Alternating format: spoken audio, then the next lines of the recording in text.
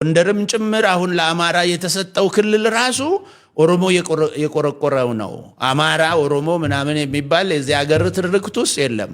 ወሎ እንዳለ ኦሮሞ ነው፣ የእጅ ኦሮሞ ጃኖ። እንግዲህ ኦሮሞ ስም ይሁን ምን ይሁን አላቅም፣ ጃኖ ምናምን ነው የሚባለው። ጃኖ ማለት የምን ቋንቋ ነው? ትርጉሙ ጃኖ ኦሮምኛ ነው። አባጃሌው የሚባል ፈረስ ምናምን አልሰማም? አባጃሌው ፋሲል ብሎ ሲዘፍኑ ጎንደሬዎች አጼ ፋሲል ማለት ነው። የፈረሳቸው ስም አባጃሌ ይባላል። ይሄ አባጃሌ፣ አባጠቅል፣ አባዳኘው፣ አባበዝብዝ የሚባሉ የፈረስ ስሞች ከኦሮሞ ጋር ነው። ስማቸው ሱሱኒዮስ አይደለም። ማን ስማቸው? እሳቸው ዋና ስማቸው ጃኖ ማን ነበረ? በቃ በነበር የሆነ መጽሐፍ ላይ ብቻ ጃኖ የኦሮሞ ስም ናቸው። ኦሮሞ ናቸው እሳቸው። ጃኖ እንግዲህ የኦሮሞ ስም ይሁን ምን ይሁን አላቅም፣ ጃኖ ምናምን ነው የሚባሉት። ይሄ በፊት እኮ እኛ አጼ ሱሱኒዮስ ኦሮሞ ናቸው ነው ምንድነው ታሪካቸው? አዎ ኦሮሞ ናቸው። ጃኖ ማለት የምን ቋንቋ ነው? ትርጉሙ ጃኖ ኦሮምኛ ነው። ምን ለማለት ይሆን? ይሄ ጥለት ያለው ሰፊ ጥለት ያለው ልብስ፣ ሰፊ ጥለት ያለው የለም ጃኖ ይባላል። ጎንደሮች አሁን ይለብሱት የለም እሱ አሁን ጎንደር የአማራው ልብስ ባህል ልብስ ተብሎ ይተዋወቃል። ያው ጃኖ የዛ ስም ነው። ጥለቱ ሰፊ የሆነ ልብስ ማለት ነው። እና ነገስታት ናቸው የሚለብሱት። የክብር ልብስ ነው። በድሮ ጊዜ ማንም ተራ ሰው ሊለብሰው አይችልም። እና አንድ ሸማ ፈትሎ ለማውጣት ከአመት 2 አመት ይወስዳል። በዛን ዘመን ቴክኖሎጂ ባልነበረበት። ጥምቀት ደግሞ ጎንደር ላይ ነው። በጣም ሄደው ያውቃሉ? እዛ ጎንደር ሄደው ያውቃሉ? በሌላ ጊዜ እጃለሁ ጎንደር ዝም ብሎ እንጂ በጥምቀት ምናምን ለመጎብኘት ግን ሄደው ያውቃሉ? አዎ። ምን አዩ ጎንደር ላይ? በተለይም እሱ ማንሳት የፈለግኩት ጎንደር የተመሰረተችው በኦሮሞ ነው። ከዛም አልፎ ደግሞ ለ70 ዓመታትና ከዛ በላይ ለሚሆኑ ጊዜያቶች የጎንደር ዋነኛ መግባቢያ ቋንቋቸው ኦሮምኛ ነበር የሚል ሀሳብ ስላለዎት ያንን ለማጥናት ያንን ነገር በጽሁፍ የተደገፈ ለማድረግ ነው የሄዱት? ምንድን ነው? አይደለም። አይ እኔ ከመጀመሪያ የሄድኩት ከሰሚነሪ ልንመረቅ ስንል ተማሪዎች ዞረን ታሪካዊ ቦታዎችን እናይ ነበረ። በዛ ምክንያት ሰሜን ኢትዮጵያን ነው ለመጎብኘት የወሰነውና ወደዛ ሄድን። ከሄድነው ውስጥ አንዱ ጎንደር ነበረ። ላሊበላ፣ ጎንደርን፣ ባህር ዳር፣ ጣና ዘጌን ምናምን ሁሉ ጎበኘን ማለት ነው።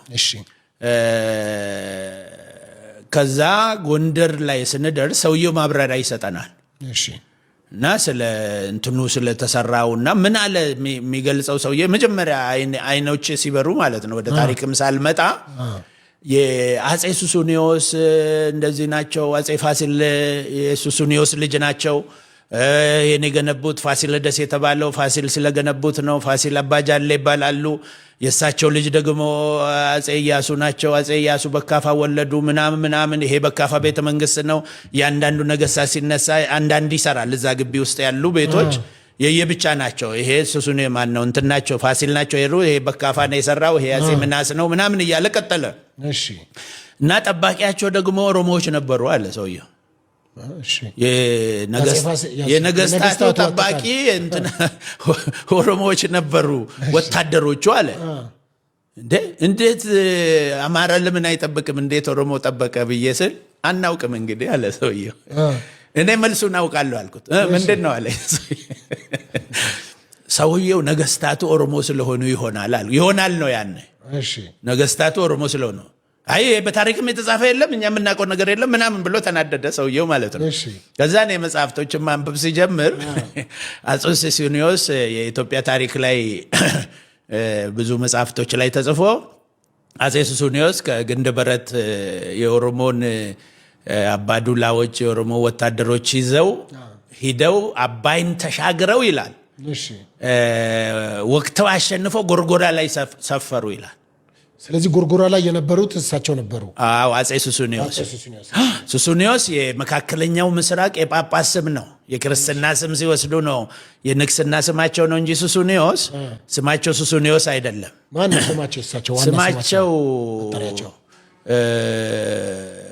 ጃኖ ማን ነበረ? በቃ በነበር የሆነ መጽሐፍ ላይ ብቻ ጃኖ የኦሮሞ ስም ናቸው። ኦሮሞ ናቸው እሳቸው። ጃኖ እንግዲህ የኦሮሞ ስም ይሁን ምን ይሁን አላቅም፣ ጃኖ ምናምን ነው የሚባሉት። በፊት እኮ እኛ አጼ ሱሱኒዮስ ኦሮሞ ናቸው ነው ምንድነው ታሪካቸው? አዎ ኦሮሞ ናቸው። እና አባታቸው ደግሞ ገራም ይባላል። ጃኖ ገረም። አዎ። እና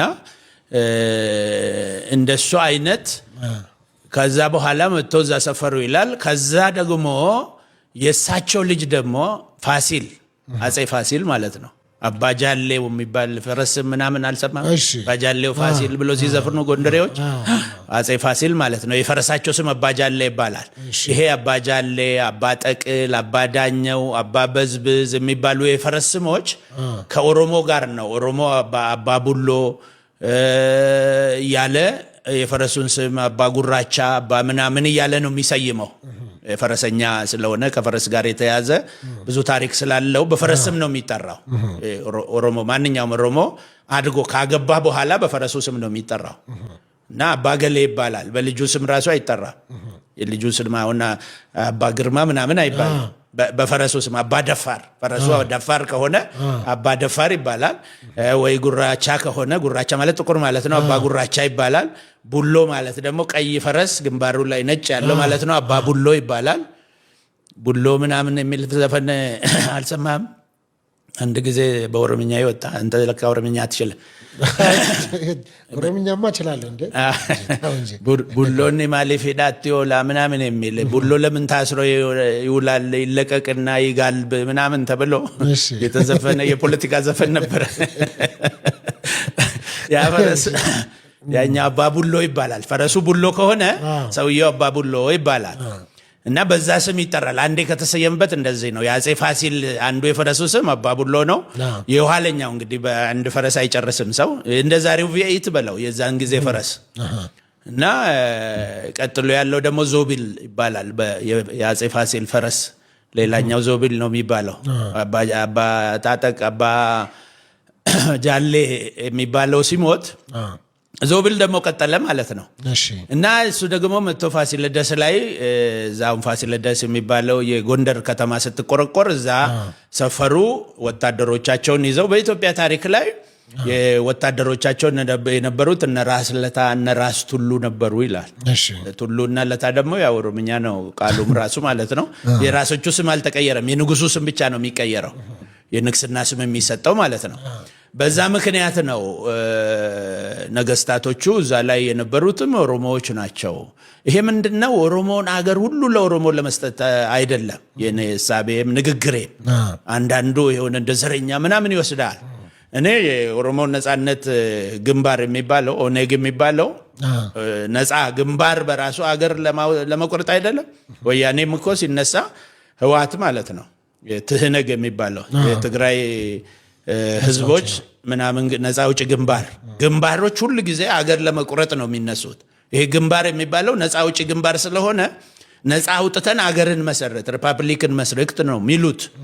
ስለዚህ እኔ መመስረት አትችሉም። ጎንደርም ጭምር አሁን ለአማራ የተሰጠው ክልል ራሱ ኦሮሞ የቆረቆረው ነው። አማራ ኦሮሞ ምናምን የሚባል የዚህ አገር ትርክት ውስጥ የለም። ወሎ እንዳለ ኦሮሞ ነው፣ የእጅ ኦሮሞ።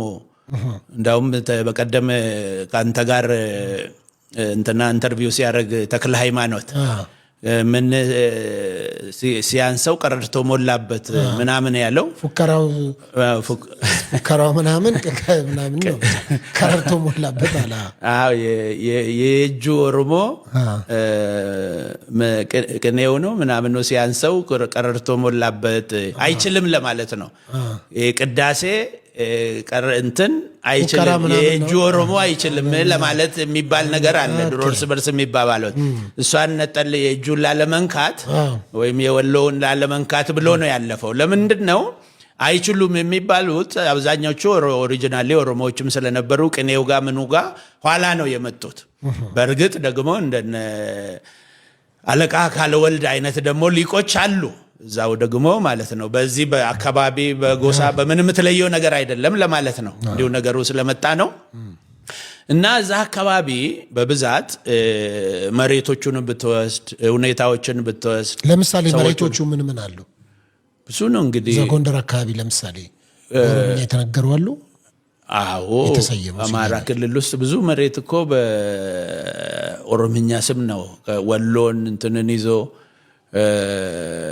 ጎጃምን ይዞ እና ወደ 127 የዚህ የህዋትና የኢትዮጵያ ጦርነት በነበረ ጊዜ ጋዜጠኞቹ ሲያነቡ አሁን እዚህ ያልመጣሁም እንጂ 127 አገሮች እነሱ እዚህ ቦታ ላይ እንትን ሰራዊት ተመታ እዚህ ጋር እንትን ሆነ ምናምን ሆነ ምናምን ብሎ ነው የሚዘግቡት። እኔ ደግሞ የኦሮምኛውን ስም እየለቃቀምኩ አወጣ ነበርና ወደ 127 አገሮች ጽፌ ነበረ እና ሌላ ጊዜ ከፈለክ ሊስቱን ልሰጥ እችላለሁ። እሺ እርስዎ አንዳንድ ሰዎች ግራ ይገባቸዋል። ምንድነው አሁን ለምሳሌ ስለ ኦርቶዶክሳውያን በዚህ ልክ ጥሩ ይናገሩና መልሰው ደግሞ ይመጡና በሰጠናቸው ስንዴ ጠግበው መልሰው ይሰድቡናል ይላሉ። እርስዎ አሁን ብዙ ሰው አቋሞት የቱ ጋር እንደሆነ ግራ ይገባዋልና የቱ ጋር ነው ያሉት ታዲያ? መልሰው ደግሞ እኔ ኦርቶዶክስን ብቻ አይደለም ጴንጤም እንደዚሁ ሲያበላሽ አርሜላ ትክክለኛው ነገር ደግፋለሁ። ልክ ያልሆነ መናፍቅ ነው ከስንዴ ጋር የመጣ ከሰልባጅ ጋር የመጣ ሲል እኛ ስንዴ ያመጣ ነው እኮ በ1977 እና 76 የወሎና የትግራይ ረሃብ ጊዜ ነው።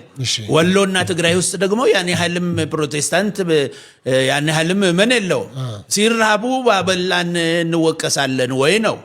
አሁን እሱን ትተዋል። ስንዴና ሰልባጅ የሚለውን ቀይረውታል። ይሄ መናገር ከጀመርን በኋላ ማለት ነው። በደንብ ስንገልጠው አበላናችሁ ለምን ሰጣችሁን ከሆነ ሱንትን ነው። ደግሞ እዛ ሃይማኖትም አልመሰረትንም። እኛ ስንዴ ሰጠና ሃይማኖት አልመሰረትንም። የተራበ ማብላት ደግሞ የእግዚአብሔር ቃል ነው። ተርቤ መቻ በላችሁኝ፣ ታርዤ መቻ ለበሳችሁኝ። ሰልባጁም እኮ ከዛ ጋር ነው። እቺን ቃል ለመፈጸም ብለው እኮ ነው ውጭ ያሉ ቅዱሳንን እርዱን ባካችሁ፣ ሰው ሀገራችን ብዙ ሰው ተርቧል ብሎ አባቶቻችን አሉ። እንዳውም በዋናነት እርዳታውን ሲያከፋፍል የነበረው የዶክተር ነጋሶ ታላቅ ወንድም ነው፣ ሰለሞን ጊዳዳ። ዶክተር ሰለሞን ጊዳዳ የሚባል መጨረሻ ላይ የኢትዮጵያ አምባሳደር ሆነው በእንግሊዝ ላይ የኢትዮጵያ አምባሳደር የነበሩ ማለት ነው። በክርስቲያን ኤድ የኦርቶዶክሱም የካቶሊኩም የምኑም ባለበት ከፕሮቴስታንት ስለሆነ አብዛኛው የሚመጣው እርዳታ እሳቸው ነበር ኮኦርዲኔት የሚያደርጉት እና በሰጠን እና በዛ መሳደብ የለባቸውም። ከተሳደቡ እኮ አሁን እንኳን መሳደብ ሳይቀር የመስቀል አደባባይ ላይ እኮ ወጥቶ እኛንን መናፍቅ ነው መናፍቅ እዛ ላይ ከደረሰ ይረክሳል ምናምን ሲሉ ማን የማንም መሬት ያረክሳል ብዬ እኮ መልስ ሰጥቻለሁ። እዛ ላይ ይሄ ከእንትን የወጣ ነገር ሲኬድ እሱ ላይ እኮ እንተራረማለን። እኛም ዜጎች እነሱም ዜጎች ናቸው። እዚህ ጋር ደግሞ ሆነው ወንድማችን ዮናታን ነዩ ጩፋ ኦርቶዶክስን ሲሰድቡ በሁለት ይከፈላል ምናምን ብሎ ሲፎክሩ ስርዓት ያዙም ብለናል። እዚህ ከመስመር የወጣውን እንጂ እኔ ለመደገፍና ለመቃወም አስቤ አይደለም። ምክንያቱም አደጋ ነው። እንደዚህ አይነት አካሄድ ህዝብ ያጣላል፣ ያጋጫል፣ ሰላም ይነሳል። አሁን ሰላም ስላለ እኮ ነው ወጥተን የምንገባው። እኔና አንተም በሰላም አንተ ጋር አሁን የመጣሁት አንተም ወደዚህ ወደ ስቱዲዮ የመጣኸው ሰላም ስላለ ነው። ሰላም ደግሞ ፖሊስ ስላለ ነው። ፖሊስ ደግሞ መንግስት ስላለ ነው እንጂ እኮ ቀማኛው ራሱ አስኬድም እኮ የኔ መሰለ ሞባይል ራሱ ይቀማሃል። ስለዚህ ሰላም የሚያሳጡ ነገሮች፣ ግጭት የሚያመጡ ነገሮች፣ ጽንፈኛ የሆኑ ነገሮች፣ ዲስፓይስ ሌላውን ማህበረሰብ የሚያቃልሉ የሚያዋርዱ ነገሮች ሲኖሩ ትዕግስት የለኝም። እውነት መናገር ስለሆነ የወንጌል ዋናው ዓላማ ፍትህ፣ እውነት በፍቅር መግለጽ ነው እና በዛ ምክንያት ነው እንጂ ኦርቶዶክሶችንም የተናገርኩት እኔ እንትን የለብኝም ማለት ነው። አክባሪያቸው ነኝ።